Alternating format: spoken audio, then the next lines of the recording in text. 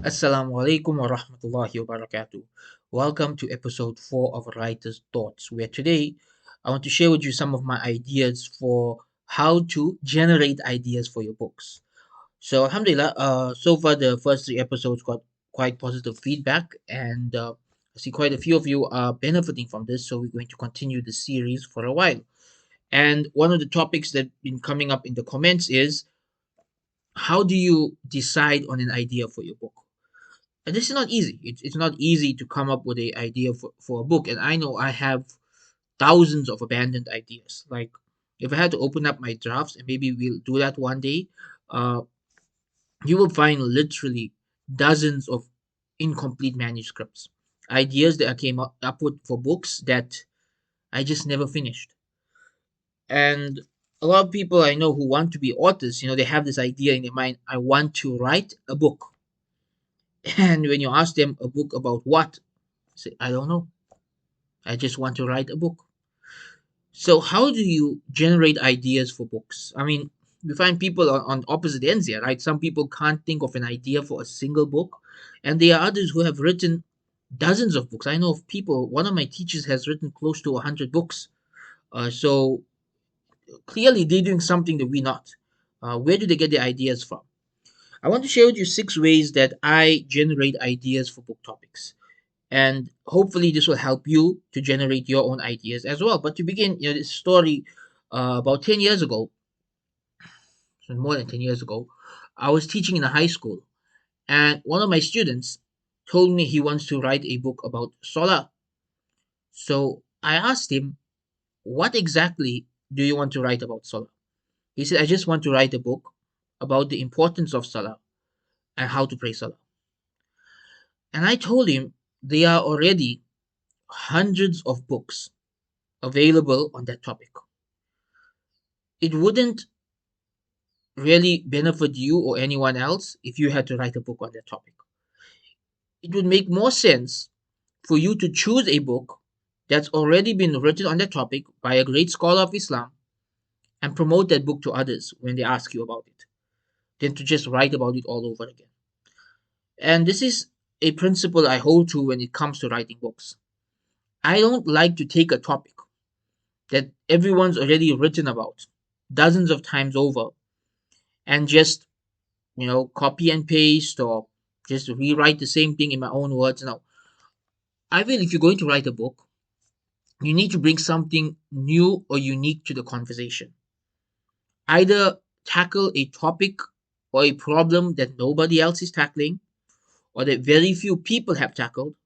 Or if you are going to tackle a topic that others have already covered, then bring in a new perspective, bring in a new layer, another dimension, aside to the topic that people didn't think about before.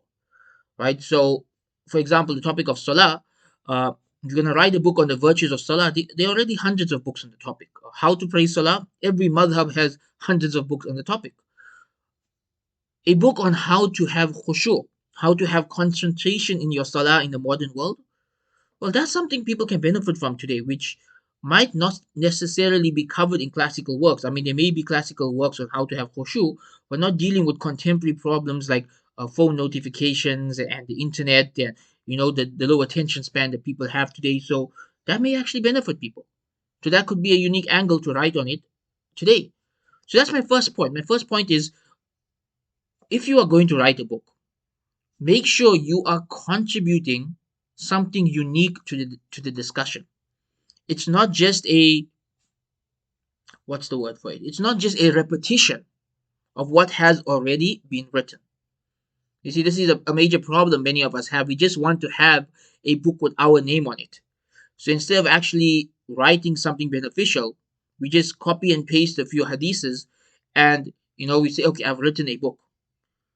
But all you've done is taken somebody else's research and presented it, under a new name. So how do you come up with a topic for a book? Well, I said number one, make sure it's something unique. But these are 6 things that I do that help me to come up with topics for books. Number one is writing every single day, even when I don't have a topic to write about. And we discussed this in the previous video where I said I have a habit of writing 1,000 words a day.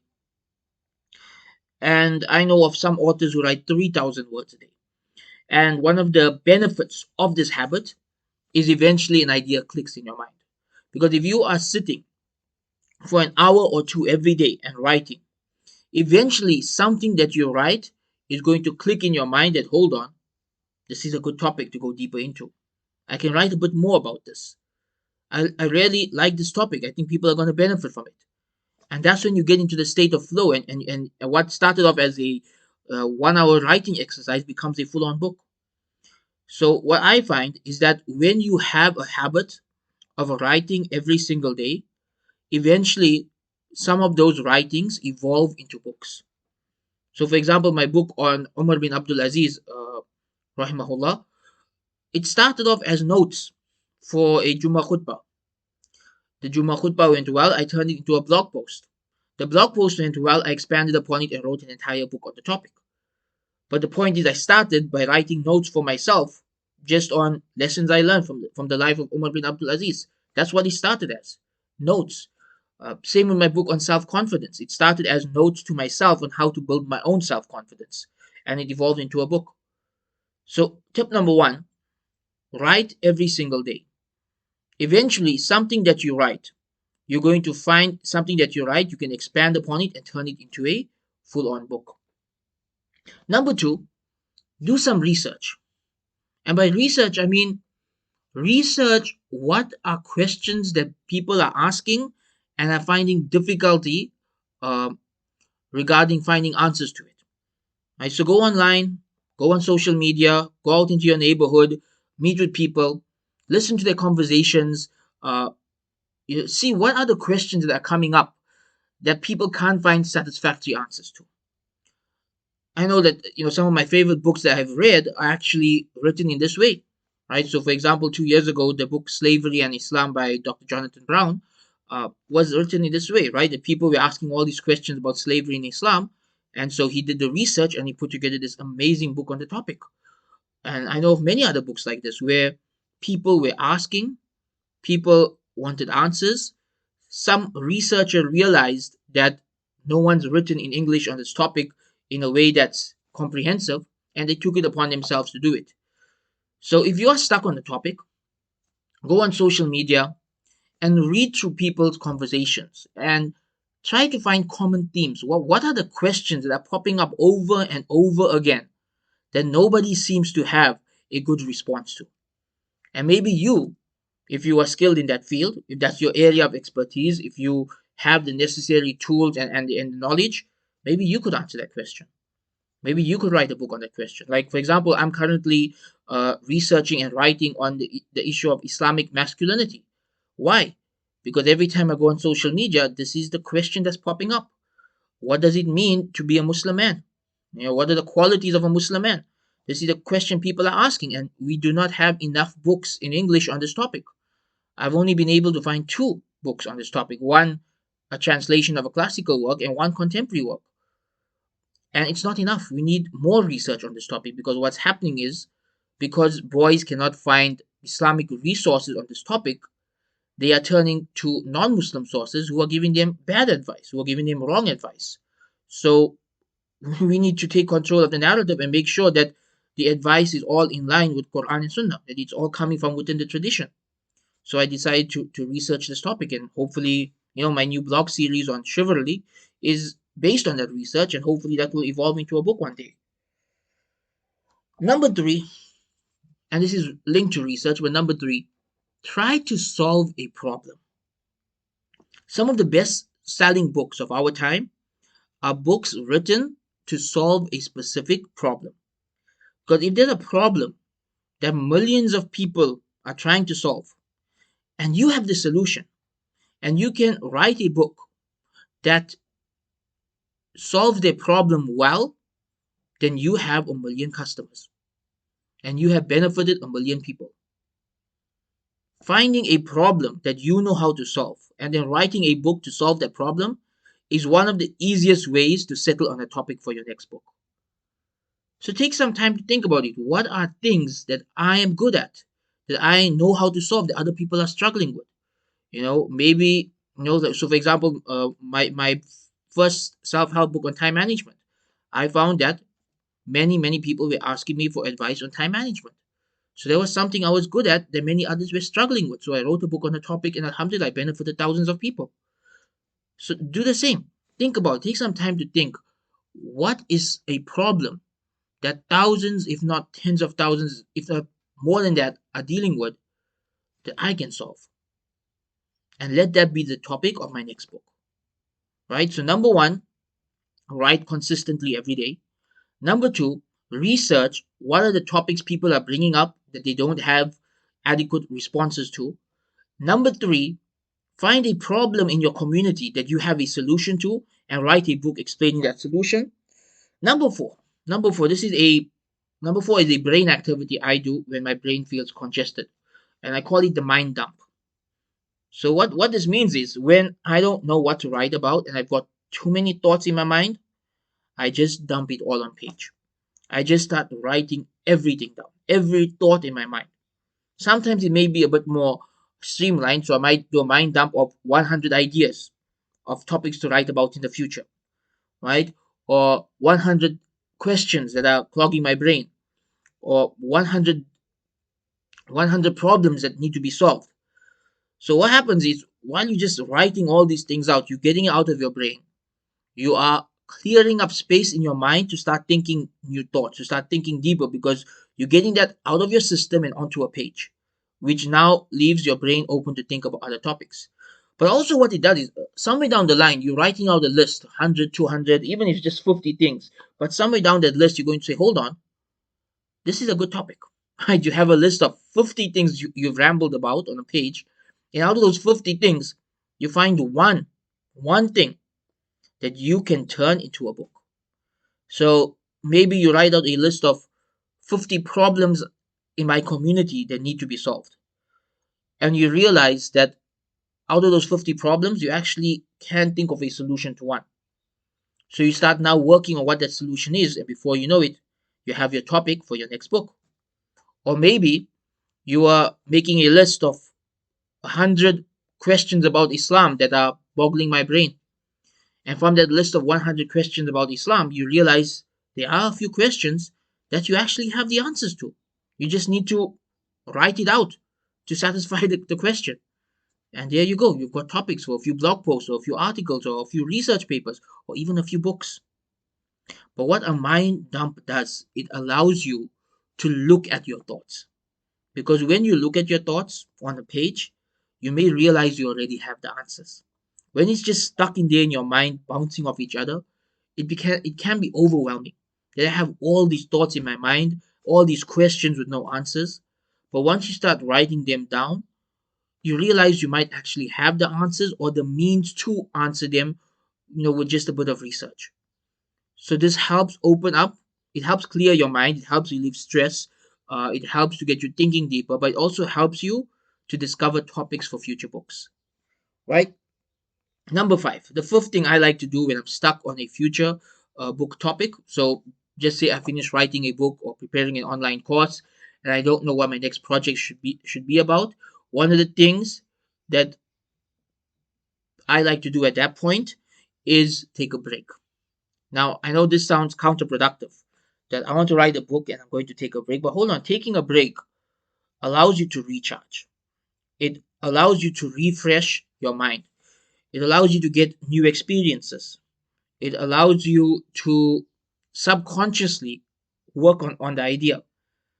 It takes the pressure off you. And so you're more able to naturally arrive at the idea for your next book if you're not in a pressurized situation. So a few months ago, when I wasn't sure what book or course to work on next, I took a trip to another country. I went to Turkey and I spent some time just walking around in a distant land that I had never been to before, visiting masjids I had never been to before, visiting historical sites I had never been to before, meeting people I had never met before. And I came back with a lot of ideas for lectures, for books, for articles, for online courses. I came back with a lot of ideas. And sometimes it doesn't have to be something that big. Sometimes if I'm stuck and I can't think about what to write next, I literally just take a walk in the park. Like literally just go to the park and sit on a bench and look at the trees and do some dhikr and your heart may settle on an idea. It may just come to you. Let me write about this next. So sometimes you just have to take the pressure off you. That instead of stressing about what my next book should be about, relax, take a break, and allow your subconscious to figure it out. The sixth and final step that you could do for generating ideas for your next book is to socialize.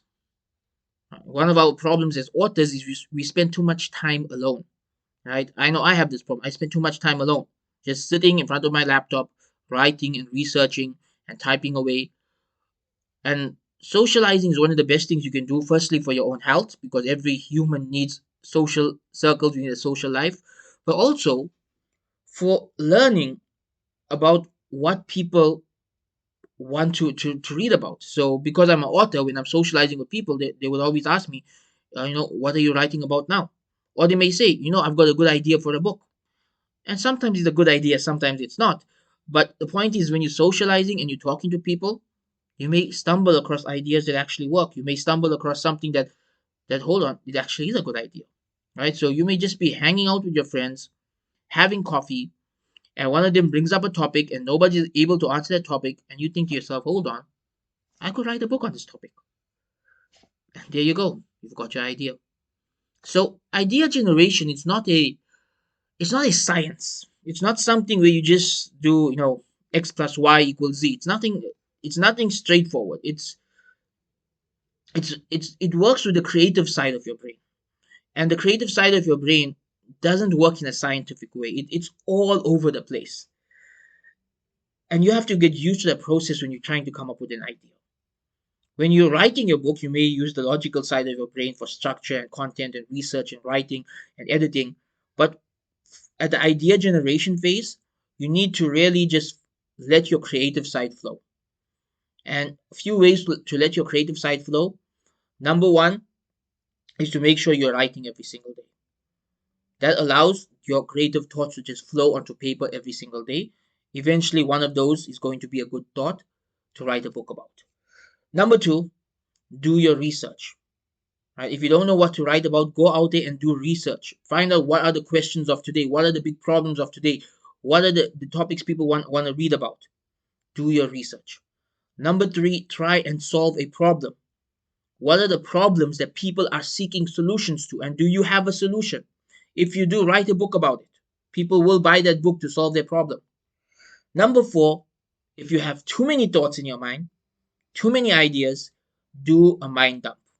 Just write all your thoughts, all of your ideas down on paper, look at them, and pick one. Pick one to be your next project.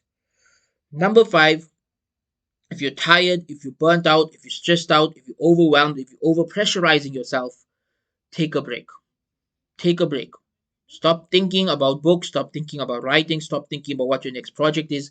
Just go out, have some halal fun, do something relaxing, allow your subconscious to develop your ideas, take the pressure off your mind, because creativity requires fun, it requires a lack of stress. You can't be creative when you're stressed out. So take a break and your idea might just come to you while you are relaxing. And finally, number six, spend time with other people. Right? I know as an author, most of us are introverted. We like to be alone. Spend time with people. It's good for your health. It's good for your development. And it's also good for getting ideas for future books. So yeah, that's it for today. Idea generation is just the first step of writing a book. You need to come up with an idea, see if it's something people want to read about, see if there's enough research out there for you to actually put together a book on the topic, because sometimes you think you have an idea for a book, but you just have an idea for a blog post. It's not that deep that you need an entire book to explain it. So make sure that it's an idea that's long enough to write a book about. Take time to do your research, to organize your thoughts, to write it down, and inshallah, within 6 months to a year, your next book will be out. But take the pressure off your mind. Don't look at idea generation as a science that has to be done in a specific way. You may come up with other ways to generate ideas that I never thought about, because it's a creative process, and creativity is not a science, it is really an art form. So just when it comes to idea generation, be as creative as possible. come up with other ways to come up with ideas, and share them with us. If you have a different way for coming up with ideas for your next book that I didn't mention here, share it in the comments. Maybe I could benefit from it. Maybe that could help spark the idea for my next book. So I hope you found this beneficial. Until next time, Jazakallah khairan. Wassalamu alaikum wa rahmatullahi wa barakatuh.